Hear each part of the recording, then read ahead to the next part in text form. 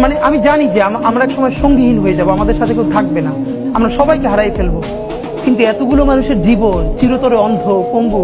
কিন্তু এটা আমি অনেকবার বলছি, ঢাকা বিশ্ববিদ্যালয়ের মসজিদ থেকে নামাজ পড়ে বেরোচ্ছি, টিআরটি ওয়ার্ল্ড একটা ছেলেকে ইন্টারভিউ করবে, জুলাইয়ের আহত, তা আমাকে দেখে ওরা কথা বলতেছে, তখন ছেলেটা শুনতেছে যে আমি এসছি, ও কোরআনের হাফেজ, মনে হয় 21 না 22 বছরের, 2 চোখ চিরতরে হারাই গেছে, ভালো ফিরবে না।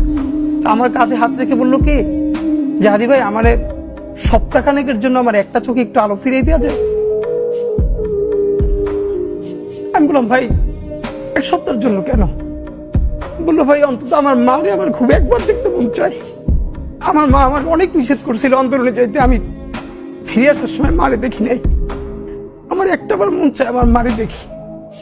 তো যারা হাজার হাজার কোটি টাকা পাচার করে বিদেশ চলে গেছে,